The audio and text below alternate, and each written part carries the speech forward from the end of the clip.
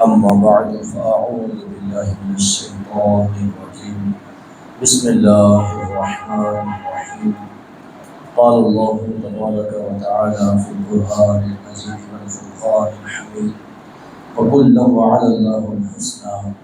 وقال الله تبارك وتعالى في مقام آخر: إن الله وملائكته يصلون على النبي يا أيها الذين آمنوا صلوا عليه وسلموا تسليما. الصلاة والسلام عليك يا رسول الله وعلى آلك وأصحابك يا حبيب الله. الصلاة والسلام عليك يا نبي الله وعلى آلك وأصحابك يا نور الله. مولاي صل وسلم دائما أبدا على حبيبك خير الخلق كلهم. هو الحبيب الذي ترجى شفاعته لكل هول من الأهوال مقتهل. يا رب بالمصطفى بلغ مقاصدنا واغفر لنا ما مضى يا واسع الكرم. مختصر حمد و صلات کے بعد اللہ تبارک و تعالیٰ نے قرآن مجید فرقان حمید کے اندر ارشاد فرمایا: وَكُلًّا وَعَدَ اللَّهُ الْحُسْنَى، اور اللہ نے تمام کے ساتھ، یہاں صحابہ کرام کی شان بیان کی جا رہی ہے تو فرمایا وَكُلًّا وَعَدَ اللَّهُ الْحُسْنَى، اللہ تبارک و تعالیٰ نے تمام کے ساتھ جنت کا وعدہ فرما لیا ہے۔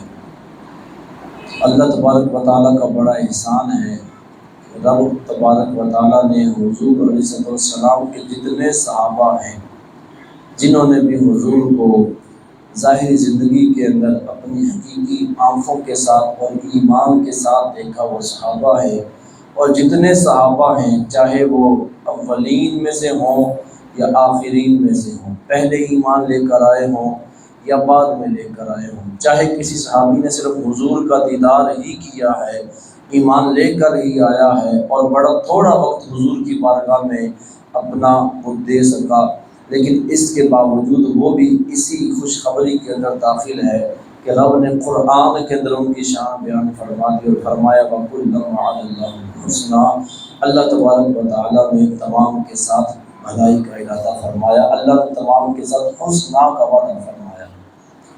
تو حسنہ، اللہ نے سب کے ساتھ حسنہ، بھلائی، جنت، اس کا وعدہ فرمایا ہے۔ آج ہم بالخصوص خلیفہ ثالث حضرت عثمان غنی رضی اللہ تعالیٰ عنہ، عثمان بن عفان رضی اللہ تعالیٰ عنہ آپ کے متعلق سنیں گے، کیونکہ آج 18 ذوالحجۃ الحرام ہے اور یہ وہ دن ہے کہ جس کے اندر آپ کا عرس مبارک یہ ہوتا ہے۔ 18 ذوالحجہ کو آپ کو شہید کیا گیا تھا اور آپ اس دنیا فانی سے رخصت ہو گئے تھے۔ حضرت عثمان غنی رضی اللہ تعالیٰ عنہ، یہ حضور صلی اللہ تعالیٰ علیہ وسلم کے ساتھ ان کا رشتہ بھی ہے، اس اعتبار سے کہ حضرت عثمان غنی یہ حضور کی پھوپھی جان حضرت ام حکیم رضی اللہ تعالیٰ عنہ، یہ ان کے نواسے ہیں۔ یہ بھی کہا جا سکتا ہے اور یوں بھی کہا جا سکتا ہے کہ حضرت عثمان غنی تھوڑا دور کے رشتے سے حضور صلی اللہ تعالی وسلم کے بھانجے لگتے تھے۔ حضور صلی اللہ تعالی وسلم نے اپنی 2 بیٹیاں یہ حضرت عثمان غنی کے نکاح میں یکے بعد دیگرے یہ دی تھی۔ اس کا تذکرہ بھی کچھ نہ کچھ سنیں گے، حضرت عثمان کی سیرت کیسی تھی اور آپ کن کاموں میں بڑھ چڑھ کر حصہ لیا کرتے تھے، آج انشاءاللہ ہم یہ بھی سننے کی کوشش کریں گے۔ غزوہ تبوک کا موقع تھا۔ غزوہ تبوک کے موقع پر گرمیوں کا موسم ہے، مسلمان جا رہے ہیں، حضور علیہ السلام ساتھ ہیں، اور یہ وہ زمانہ ہے کہ جس کے اندر منافقین بھی موجود تھے۔ منافقین وہ کہ جن کا ظاہر و باطن یہ مختلف ہوتا ہے، زبان سے ایمان لے کر آئے لیکن دل سے ایمان لے کر نہیں آئے۔ تو اب جب مسلمان یہ غزوہ تبوک کے لیے جا رہے ہیں، مسلمان بھی ہیں، حضور علیہ السلام بھی تشریف فرما ہیں، لیکن بیچ میں منافقین بھی ہیں۔ اب ہوتا یہ ہے کہ سفر جاری ہوتا ہے اور سفر کے دوران کھانا پینا ختم ہو جاتا ہے۔ اب شدید گرمی ہو، سفر کی تھکن ہو، پاس کھانے پینے کے لیے کچھ نہ ہو، تو ایک پریشانی کی کیفیت ہوتی ہے، تکلیف کی کیفیت ہوتی ہے۔ صحابہ کرام اس تکلیف کی کیفیت میں تھے، دوسری طرف جو منافقین ہیں وہ بڑے خوش ہو رہے تھے کہ یہ جو مسلمان بنے پھرتے ہیں ان کے اوپر تکلیفیں آئی ہیں، تو وہ تکلیف کو دیکھ کر بڑا خوش ہو رہے تھے۔ اچھا، یہ کیفیت جب حضور نے دیکھی صحابہ کرام کی کہ بڑے غمگین ہیں، پریشان ہو گئے ہیں، بھوک لگی ہے، کھانے پینے کے لیے کچھ نہیں ہے، حضور صلی اللہ تعالی علیہ وسلم نے وہاں پر ایک جملہ ارشاد فرمایا۔ حضور نے فرمایا اللہ پاک کی قسم، یہ سورج یہ ابھی غروب ہوگا نہیں کہ اللہ تمہارے رزق کا بندوبست فرما دے گا۔ یہ حضور کے فرمان کا ایک خلاصہ ہے۔ حضور نے رب کی قسم یاد فرمائی اور ساتھ میں فرمایا کہ ابھی سورج غروب نہیں ہوگا کہ رب تمہارے لیے تمہارے رزق کا بندوبست کر دے گا۔ یہ حضور نے ادھر فرمایا، ادھر عثمان غنی رضی اللہ تعالیٰ عنہ تک یہ خبر پہنچتی ہے کہ حضور نے یہ کہا ہے۔ اب صحابی رسول ہے نا، حضور نے تو یہ غیب کی خبر دے دی، یہ خبر غیب کی ہے نا، اب سامنے تو نہیں ہے، کھانا پینا پاس ہے کچھ نہیں، کچھ بھی نہیں ہے، لیکن قسم اٹھا کر یہ بتایا جا رہا ہے کہ رب تبارک و تعالیٰ کھانے کا انتظام سورج غروب ہونے سے پہلے کر دے گا۔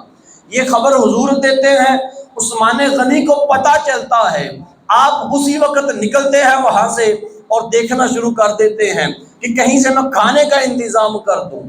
آپ دیکھتے ہیں تو کہیں سے آپ کو ملتے ہیں 7 اونٹ۔ آپ 7 اونٹ سامان سمیت یہ خرید لیتے ہیں اور سارا کچھ خرید کر حضور کی بارگاہ کے اندر پیش کر دیتے ہیں۔ حضور کی بارگاہ میں جب یہ پیش کیا جاتا ہے نا، حضور صلی اللہ تعالی علیہ وسلم 2 سوال کرتے ہیں۔ حضور فرماتے ہیں یہ کیا ہے، اور ساتھ فرمائے یہ کس کی طرف سے ہے۔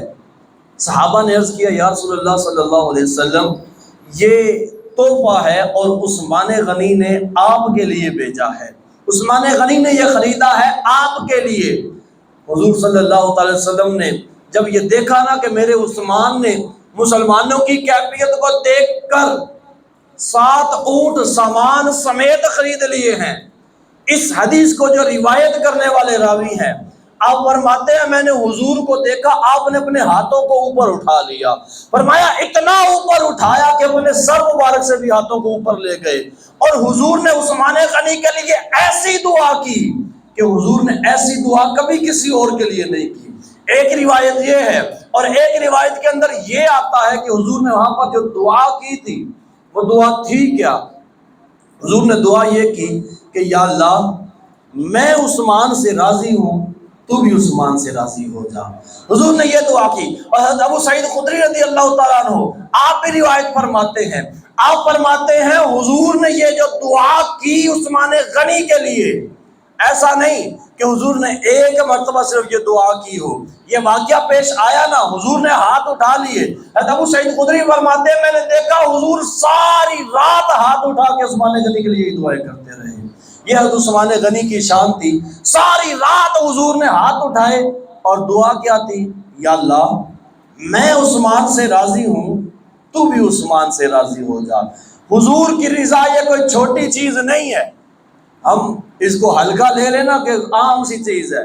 حضور کی رضا کوئی چھوٹی چیز نہیں ہے۔ سیدی اعلیٰ حضرت رحمۃ اللہ تعالیٰ علیہ فرماتے ہیں نا، فرماتے ہیں خدا کی رضا چاہتے ہیں دو عالم، خدا چاہتا ہے رضائے محمد، کہ اللہ تبارک و تعالیٰ کو راضی کرنا تو سارے جہان چاہتے ہیں، رب ہم سے راضی ہو جائے، اور رب تبارک و تعالیٰ یہ حضور کو راضی کرنا چاہتا ہے۔ یہ اس شعر کے اندر ایسا نہیں کہ بس جو دل کیا تو شعر لکھ دیا، اس کے اندر ایک حدیث مبارکہ کی طرف اشارہ ہے، ایک حدیث مبارکہ ہے جس میں یہ مفہوم بیان ہے، کل جب قیامت کا دن ہوگا اللہ تبارک و تعالیٰ اولین و آخرین سب کو اکٹھا کر لے گا، سب کو جمع کر لے گا، سب جمع ہو جائیں گے نا، اس وقت رب تبارک و تعالیٰ ارشاد فرمائے گا، رب کیا ارشاد فرمائے گا؟ رب فرمائے گا کل احد یطلب ردایا، کہ آج کے دن جتنے لوگ موجود ہیں یہ سارے کے سارے میری رضا چاہتے ہیں۔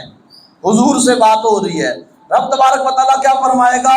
کل احد یطلب ردایا، آج کا دن ایسا دن ہے کہ ہر بندہ مجھے راضی کرنا چاہتا ہے، لیکن رب آگے ارشاد فرمائے گا وَأَنَا أَطْلُبُ رِضَاكَ، اے محمد صلی اللہ علیہ وسلم آج سارا جہان مجھے راضی کرنا چاہتا ہے اور میں تجھ کو راضی کرنا چاہتا ہوں۔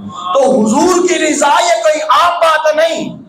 اور حضور نے دعا کیا کی تھی عثمان غنی کے لیے؟ مولا میں عثمان سے راضی ہوں، تو بھی عثمان سے راضی ہو جا۔ حضرت عثمان غنی کی بڑی شان ہے، آپ نے اپنی زندگی کے اندر بڑی نیکیاں کی، بڑی سخاوتیں کی، بہت بڑے بڑے کام کیے۔ آپ رضی اللہ تعالیٰ عنہ ان صحابہ کرام کے اندر آپ کا شمار ہوتا ہے جو اولین صحابہ میں سے جنہوں نے ابتدا میں اسلام قبول کر لیا۔ 5ویں یا 6 نمبر کے اوپر آپ کا نام آتا ہے۔ جو مسلمان ہوئے نا نئے نئے، بالکل حضور نے جب دعوت دینا شروع کی تو لوگ اسلام قبول کرنا شروع ہوئے، ان میں 5ویں یا 6 نمبر کے اوپر آپ کا نام آتا ہے کہ آپ نے فوراً اسلام قبول کر لیا تھا۔ عشرہ مبشرہ کے اندر آپ کا نام آتا ہے، یعنی وہ 10 صحابہ جن کو ایک ہی بیٹھک کے اندر، ایک ہی حدیث کے اندر، ایک ہی مرتبہ حضور نے ارشاد فرمایا ابو بکر فی الجنہ، فاروق فی الجنہ، اس طریقے سے حضور نے عمر فی الجنہ، یہ 10 صحابہ کے نام لیے، انہی 10 صحابہ میں سے حضور نے عثمان غنی کا بھی نام لیا تھا۔ تو آپ عشرہ مبشرہ کے اندر بھی شامل ہیں۔ اس کے علاوہ آپ حضور کے رشتہ دار بھی ہیں۔ حضور کی 2 بیٹیاں یہ یکے بعد دیگرے آپ کے نکاح میں آئیں، یہاں تک کہ حدیث پاکہ کے اندر حضور فرماتے ہیں مجھے رب نے وحی فرمائی کہ میں اپنی 2 بیٹیوں کے نکاح عثمان کے ساتھ کر دوں۔ ایک حدیث کے اندر یہ آتا ہے حضور نے ارشاد فرمایا اگر میری 100 بیٹیاں ہوتی میں ایک کا نکاح عثمان کے ساتھ کرتا، اگر وہ فوت ہو جاتی میں دوسری کا نکاح کر دیتا، اگر وہ فوت ہو جاتی میں تیسری کا نکاح کر دیتا۔ فرمایا یہاں تک کہ اگر میری بیٹیاں، میری شہزادیاں فوت ہوتی جاتی رب مجھے 100 بیٹیاں عطا فرماتا، میں سب کا نکاح عثمان کے ساتھ کر دیتا۔ یہ حضرت عثمان رضی اللہ تعالیٰ عنہ آپ کا مقام و مرتبہ ہے کہ نبی آخر الزمان یہ فرماتے ہیں، یہ خوش ہو رہے ہیں اور فرما دیں کہ 100 بیٹیاں بھی ہوتی تو میں ان کا نکاح عثمان کے ساتھ کر دیتا۔ حضرت عثمان یہ صحابہ میں سے ہیں، اور صحابہ کے متعلق میں نے شروع میں ایک آیت مبارکہ تلاوت کی وَكُلًّا وَعَدَ اللَّهُ الْحُسْنَى، تمام کے ساتھ جتنے صحابہ ہیں سب کے ساتھ رب تبارک و تعالیٰ نے حسنہ کا وعدہ کیا۔ اب میں حسنہ کا ترجمہ نہیں کرتا، یہاں پر رب نے تمام کے ساتھ حسنہ کا وعدہ کیا۔ اچھا حسنہ کا وعدہ ہو گیا تو آئیے قرآن ہی میں دیکھتے ہیں رب جس سے حسنہ کا وعدہ کر لے اس کے ساتھ ہوگا کیا۔ ایک اور جگہ پر قرآن کے اندر مذکور ہے، رب تبارک و تعالیٰ ارشاد فرماتا ہے ان الذین سبقت لهم منا الحسنى، بے شک وہ لوگ جن کے لیے ہماری طرف سے بھلائی کا حسنہ کا وعدہ ہو چکا، فرمایا اولئک عنہا مبعدون، یہی وہ لوگ ہیں جو جہنم سے ہمیشہ دور رکھے جائیں گے۔ فرمایا لا یسمعون حسیسها، یہ لوگ جن کے ساتھ حسنہ کا وعدہ ہوا ہے یہ جہنم کی ہلکی سی آواز بھی نہ سنیں گے۔ وَهُمْ فِيمَا اشْتَهَتْ أَنفُسُهُمْ خَالِدُونَ، فرمایا یہ لوگ جن کے ساتھ حسنہ کا وعدہ ہے، جو ان کا دل کرے گا کہ ہم کس مقام پر رہیں، کس جگہ پر رہیں، یہ ہمیشہ اسی کے اندر رہیں گے۔ رب مزید فرماتا ہے، فرمایا لا يحزنهم الفزع الاکبر، جو بڑی گھبراہٹ ہے نا قیامت کے دن کی گھبراہٹ، فرمایا وہ بھی ان کو غمگین نہیں کرے گی، ان کو ٹینشن نہیں ہوگی کل قیامت کے دن کی بھی ہوگا کیا اس دن پہ۔ فرمایا وتتلقاهم الملائکہ، فرشتے ان کے ساتھ ملاقات کرنے کے لیے آئیں گے، اور ہوگا کیا، فرشتے ملاقات کیسے کریں گے، فرشتے ملاقات کریں گے اور ساتھ میں یہ کہتے ہوں گے ھذا یومکم الذی کنتم توعدون، یہ وہ دن ہے جس کا تمہارے ساتھ وعدہ کیا گیا۔ اب رب نے جس کے ساتھ، رب نے فرمایا میں تمام صحابہ کے ساتھ حسنہ کا وعدہ فرمایا، حضرت عثمان غنی انہی صحابہ میں سے ہیں، لہٰذا آپ کے ساتھ حسنہ کا وعدہ ہوا۔ دوسری آیت ہم دیکھیں تو 5 چیزیں رب تبارک و تعالیٰ نے ارشاد فرمائی، جن کے ساتھ حسنہ کا وعدہ ہے وہ جہنم سے دور رکھے جائیں گے، جن کے ساتھ حسنہ کا وعدہ ہے وہ جہنم کی بھنک سے بھی محفوظ رہیں گے، جن کے ساتھ حسنہ کا وعدہ ہے وہ جنت میں جس جگہ چاہیں گے وہاں پر رہیں گے، جن کے ساتھ حسنہ کا وعدہ ہے قیامت کی بڑی گھبراہٹ سے محفوظ رہیں گے، اور جن کے ساتھ حسنہ کا وعدہ ہے فرشتے ان کو کہیں گے آج کا دن یہ وہ دن ہے جس کا تم سے وعدہ کیا گیا، گویا کہ بتایا جا رہا ہے عثمان غنی وہ ہیں جن کے ساتھ حسنا کا وعدہ کیا گیا، اور حسنا کا جن کے ساتھ وعدہ کیا گیا 5 چیزیں ان کو انعام کے طور پر ملیں گی، اور عثمان غنی جب ان میں سے ہے تو یہ 5 چیزیں آپ کو بھی ملیں گی۔ تو آپ کے ساتھ رب تبارک و تعالیٰ نے حسنا کا وعدہ فرمایا۔ عثمان غنی رضی اللہ عنہ کی ہم ذات کو دیکھیں، اگر آپ نیک کاموں میں بہت آگے بڑھ چڑھ کر حصہ لینے والے تھے، آپ ایسے صحابی ہیں جنہوں نے اپنی زندگی کے اندر 1-2 مرتبہ نہیں، کئی مرتبہ حضور سے جنت خریدی، حضور سے جنت کی بشارتیں بھی سنی، ایک چیز یہ الگ ہے، اور جنت خریدی یہ الگ چیز ہے۔ دونوں کے متعلق یہاں پر روایات بیان کروں گا۔ سب سے پہلے جو آپ کو جنت کی بشارت ملی، حضرت صحابی رسول ہیں حضرت ابو موسیٰ اشعری رضی اللہ تعالیٰ عنہ، آپ بیان فرماتے ہیں ایک مرتبہ میں حضور صلی اللہ تعالی وسلم کے ساتھ مدینہ پاک کے باغات میں سے ایک باغ میں تھا۔ مدینے میں جو باغات ہیں ان میں سے کسی باغ میں میں حضور کے ساتھ تھا۔ کہتے ہیں میں حضور کے ساتھ تھا، ایک دم سے دروازے کے اوپر دستک ہوتی ہے۔ جب دروازے کے اوپر دستک ہوتی ہے نا، حضور صلی اللہ تعالی وسلم مجھے ارشاد فرماتے ہیں افتح لہو وبشرہ بالجنہ، کہ جاؤ جا کر دروازہ کھولو، جو بھی بندہ ہو اس کو جنت کی خوشخبری سنا دو۔ حضرت ابو موسیٰ اشعری رضی اللہ تعالیٰ عنہ آپ فرماتے ہیں میں جاتا ہوں، جا کر دروازہ کھولتا ہوں، سامنے دیکھتا ہوں تو صدیق اکبر رضی اللہ تعالیٰ عنہ موجود ہوتے ہیں۔ کہتے ہیں میں نے جیسے صدیق اکبر کو دیکھا، میں نے ان کو بتایا کہ حضور یہ فرما رہے ہیں۔ صدیق اکبر نے رب کا شکریہ ادا کیا، جا کر حضور کے پاس بیٹھ گئے۔ تھوڑی دیر گزرتی ہے، پھر دروازے پر دستک ہوتی ہے، حضور پھر یہی ارشاد فرماتے ہیں افتح لہو وبشرہ بالجنہ، جا کر جو بھی بندہ ہے اس کے لیے دروازہ کھول دو، جنت کی خوشخبری سنا دو۔ ابو موسیٰ اشعری پھر جاتے ہیں، دروازہ کھولتے ہیں، فاروق اعظم سامنے ہوتے ہیں، آپ ان کو بتاتے ہیں کہ حضور جنت کی خوشخبری سنا رہے ہیں۔ فاروق اعظم بھی رب کا شکر ادا کرتے ہیں، جا کر حضور کے ساتھ باغ میں بیٹھ جاتے ہیں۔ تھوڑی دیر گزرتی ہے، پھر دروازے پر دستک ہوتی ہے۔ اب حضور کیا فرماتے ہیں؟ پہلی 2 مرتبہ کیا فرمایا؟ افتح لہو وبشرہ بالجنہ، افتح لہو وبشرہ بالجنہ، جا کر دروازہ کھول دو، جو آتا ہے اسے کہہ دو تیرے لیے جنت کی خوشخبری ہے۔ اب تیسری مرتبہ آئی، جب دروازہ کھٹکا، حضور نے ارشاد فرمایا افتح لہو وبشرہ بالجنہ علی بلوى تصیبہ، اے میرے صحابی جا کر دروازہ کھولو، اور جو بندہ سامنے ہو دروازہ کھول کر اس کو کہنا کہ تو جنت کے اندر تو جائے گا، لیکن پہلے تجھے دنیا کے اندر تکالیف آئیں گی، ان تکالیف کے بعد تو جنت کے اندر جائے گا۔ صحابی رسول ابو موسیٰ اشعری رضی اللہ تعالیٰ عنہ آپ فرماتے میں نے جب جا کر دروازہ کھولا، سامنے حضرت عثمان غنی رضی اللہ تعالیٰ عنہ تھے۔ اب حضرت عثمان سامنے آئے، کہتے ہیں میں نے ان کو جا کر بتایا حضور یہ ارشاد فرما رہے ہیں۔ حضرت عثمان غنی نے کیا کیا؟ اب جنت کی خوشخبری تو ملی، لیکن ساتھ میں کیا فرمایا کہ علی بلوى تصیبہ، مصیبت پہلے پہنچے گی پھر جنت کی خوشخبری ہے۔ عثمان غنی کو جنت کی خوشخبری ملی، اللہ کا شکر ادا کیا، ساتھ میں یہ بھی تو تھا علی بلوى تصیبہ، پریشانی بھی ملے گی، تکلیف بھی آئے گی۔ حضرت عثمان غنی نے اس کے اوپر کیا کیا؟ ہم ٹینشن لے جاتے، مات ہاں جائیں گے، یہ ہوگا وہ ہوگا۔ صحابی رسول ہے نا، جنت کی خوشخبری ملی، خوش ہو گئے، رب کا شکر ادا کیا۔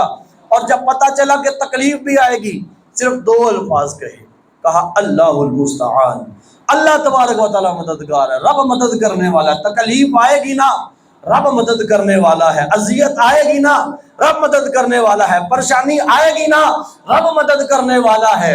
حضور نے جنت کی بشارت دے دی، میرے لیے یہی کافی ہے۔ اب تکالیف آتی بھی ہیں تو رب مددگار ہے نا، رب میری مدد کر دے گا، مجھے تکلیف کی کوئی ٹینشن نہیں ہے۔ یہ عثمان غنی، یہاں پر جنت کی بشارت ملی۔ یہاں پر چلے 3 صحابہ کی بات ہوئی، میں چوتھے صحابی مولا علی رضی اللہ تعالیٰ عنہ کا تذکرہ بھی کر دیتا ہوں تاکہ چاروں یاروں کا تذکرہ ہو جائے۔ حضور نے حضرت علی کے لیے بھی ایک جگہ پر ارشاد فرمایا تھا، فرمایا علی فی الجنہ، علی بھی جنت کے اندر جائے گا۔ اب ہم پچھلی حدیث جو سنی تھی اس میں غور کریں تو 2 چیزیں سمجھ آتی ہیں۔ ایک چیز یہ کہ حضرت عثمان غنی رضی اللہ تعالیٰ عنہ، فاروق اعظم رضی اللہ تعالیٰ عنہ، صدیق اکبر رضی اللہ تعالیٰ عنہ، 3 کا تذکرہ آیا تھا۔ تینوں اس حدیث کی روح سے جنتی ہیں، پکے جنتی ہیں۔ حضور کے فرمان کے اندر کبھی بھی جھوٹ تو ہو سکتا ہی نہیں۔ جب حدیث سچی ہے، حضور کا فرمان سچا ہے، تو اب یہ جنت کے اندر تو جائیں گے۔ ایک چیز تو یہ سمجھ آئی۔ دوسری چیز کیا؟ حضرت عثمان کے بارے میں حضور نے جو ارشاد فرمایا تھا، الا بلوا تصیبہ، تکلیف پہنچے گی پھر جنت میں جاؤ گے۔ حضور نے فرما دیا، ابھی تکلیف پہنچی تو نہیں تھی، لیکن اللہ تبارک و تعالیٰ نے اپنے سونے کو ہر چیز بتا دی ہوئی ہے۔ کل کیا ہونا ہے، سال بعد کیا ہونا ہے، 10 سال بعد کیا ہونا ہے، قیامت تک کیا ہونا ہے، قیامت کے بعد کیا ہونا ہے، ہر چیز بتائی رب نے ہے، اور حضور کو بتا دی۔ حضور ان میں سے کئی چیزوں کی خبریں دیتے رہتے تھے۔ اب حضور نے یہ بتایا الا بلوا تصیبہ، کہ پریشانی بھی ان کو ملے گی، پھر اس کے بعد یہ جنت میں جائیں گے۔ تو وہ پریشانی بھی عثمان غنی کو دنیا کے اندر ملی۔ جب آپ کے آخری ایام تھے، 12 سال آپ نے خلافت کی، لیکن جب آخری ایام تھے آپ کے زندگی کے، اس وقت ہوا کیا، کچھ لوگ باغی ہو گئے، بغاوت کر دی عثمان غنی کے خلاف، اور انہوں نے آپ کے گھر کا، عثمان غنی کے گھر کا محاصرہ کر لیا۔ اندر باہر آنا جانا سارا کچھ بند ہو گیا، نہ پانی ہے نہ کھانے کے لیے کوئی چیز ہے۔ کئی دن ایسے رکھا، پھر انہی ظالموں نے حضرت عثمان غنی کو شہید کر دیا۔ یہ وہ تکلیف تھی جس کے متعلق حضور صلی اللہ علیہ وسلم نے فرمایا تھا الا بلوا تصیبہ، تکلیف پہنچے گی پھر جنت کے اندر جائیں گے۔ تو حضرت عثمان غنی، یہ وہ واقعہ تھا جس میں آپ کو جنت کی خوشخبری ملی۔ اب آ جائیے جو آپ نے جنتیں حضور سے خریدی، اس کے بھی ایک نہیں کئی واقعات ملتے ہیں۔ ان میں سے ایک واقعہ تو یہ ہے کہ حضرت عمر رضی اللہ تعالیٰ عنہ، آپ کے پوتے ہیں سالم، آپ بیان فرماتے ہیں، کہتے ہیں کہ ایک مرتبہ حضور صلی اللہ علیہ وسلم کے دور میں جو مسجد حرم شریف ہے، جہاں پر خانہ کعبہ ہے، اس مسجد کی توسیع کی حاجت تھی، بڑا کرنا تھا۔ ابھی تو بہت بڑی ہوگی نا، پہلے سائز یہ تھوڑا ہی تھا، توسیع ہوتے ہوتے یہ اتنی بڑی ہو گئی ہے۔ تو فرمایا کہ حضور کے زمانے میں مسجد حرم کی توسیع کرنی تھی۔ توسیع کیسے کرنی تھی؟ وہاں ایک گھر تھا، اس گھر کو بھی مسجد کے اندر شامل کرنا تھا، یعنی وہ گھر ختم کر کے اس کی جگہ مسجد میں شامل کر دینی تھی، تاکہ مسجد بڑی ہو جائے، مسلمانوں کی تعداد بڑھ رہی ہے، نماز سارے آ کر ادھر پڑھ سکیں، عبادت کر سکیں، عمرہ کر سکیں، حج کر سکیں۔ تو فرمایا اب حاجت کی توسیع کی۔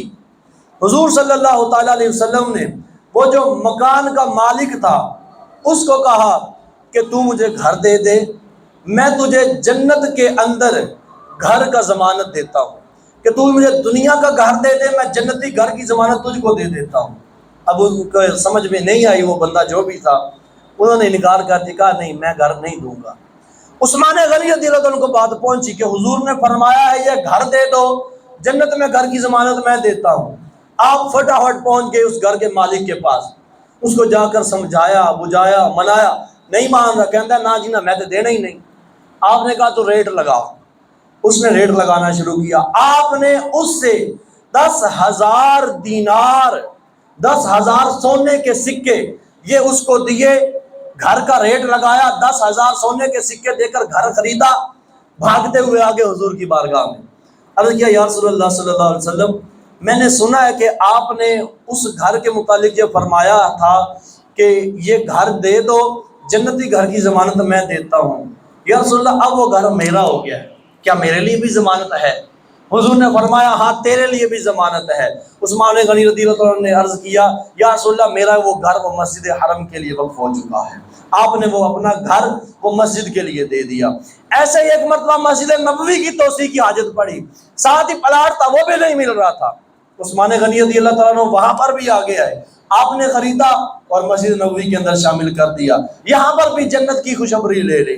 اس کے بعد ایک اور جگہ پر حضور صلی اللہ علیہ وسلم، ایک مرتبہ ایک باغ تھا، بنو نجار کا باغ تھا، تو حضور نے فرمایا کون بندہ ہے وہ جو کہ اس باغ کو خرید کر اس جگہ پر مسجد بنا دے۔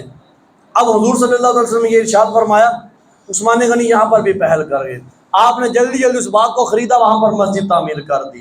جب وہاں پر مسجد تعمیر کر دی تو حضور صلی اللہ علیہ وسلم نے ان سے یہاں پر بھی جنتی باغ کا وعدہ فرما دیا کہ آپ نے یہ باغ خرید کر مسجد بنائی ہے، اب جنتی باغ کی گارنٹی میں دیتا ہوں، جنت کے اندر باغ تمہیں ملے گا۔ اس کے علاوہ کتنے واقعات ہیں عثمان غنی رضی اللہ عنہ کے جہاں پر آپ نے ایسا کیا۔ 3 ابھی واقعات ہم نے سنے جہاں پر آپ مسجد بنا رہے ہیں۔ مسجد بنانا یہ اللہ تبارک و تعالیٰ کے انبیاء کی سنت ہے۔ 3 زیادہ بڑی مسجدیں ہیں جو کہ زیادہ فضیلت والی ہیں، مسجد حرم جہاں خانہ کعبہ ہے، مسجد اقصی اور مسجد نبوی شریف۔ مسجد حرم جہاں خانہ کعبہ ہے، اس کی تعمیر کس نے کی؟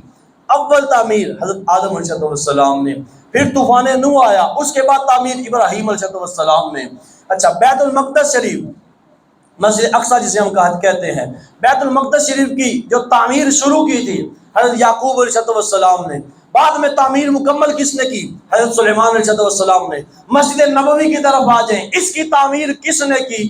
خود حضور نے اپنے ہاتھوں سے اس کی تعمیر کی۔ تو مسجدیں بنانا یہ اللہ کے انبیاء کی سنت ہے۔ جس سے ہو سکے نا میں پوری مسجد بنا سکتا ہوں، اس کو تو چاہیے پوری مسجد ہی بنا دے، اور اگر پوری نہیں بنا سکتے، طاقت نہیں ہے، تو جتنا ہو سکتا ہے مسجد کی تعمیر و ترقی کے اندر بندہ اضافہ کرتا چلا جائے۔ جتنی طاقت ہے اتنا کریں گے، اللہ ثواب دیتا جائے گا۔ ایک حدیث مبارکہ کے اندر ہے نا، حضور صلی اللہ علیہ وسلم نے ارشاد فرمایا، جو اللہ کے لیے مسجد بناتا ہے اللہ اس کے لیے جنت میں گھر بنا دیتا ہے۔ تو جتنا ہو سکے، بلکہ ایک حدیث میں تو یہ الفاظ ہے کہ جو چڑیا کے گھونسلے کی مقدار گھر بناتا ہے اس کے لیے یہ خوشخبری بیان کی گئی ہے۔ چڑیا کا گھونسلہ، یہ مثال کے طور پر بیان کیا گیا، اتنا سا گھونسلہ ہوتا ہے، تو چھوٹی سی مسجد بھی کوئی بنا دیتا ہے اس کو بھی ثواب ملتا ہے۔ مسجد کے کام میں، مدارس کے کام میں بڑھ چڑھ کر آگے کرنے چاہیے۔ اس کے علاوہ حضرت عثمان غنی کے سیرت کے کئی ایک پہلو ہیں، یہ تو ایک پہلو تھا جس کے اوپر جو کلام کیا۔ وقت مختصر ہے، اب مزید اس کو میں آگے لے کر نہیں چلتا۔ اللہ تبارک و تعالیٰ توفیق عمل سے نوازے، آمین بجاہ النبی الامین وصلی اللہ تعالیٰ علیہ وسلم۔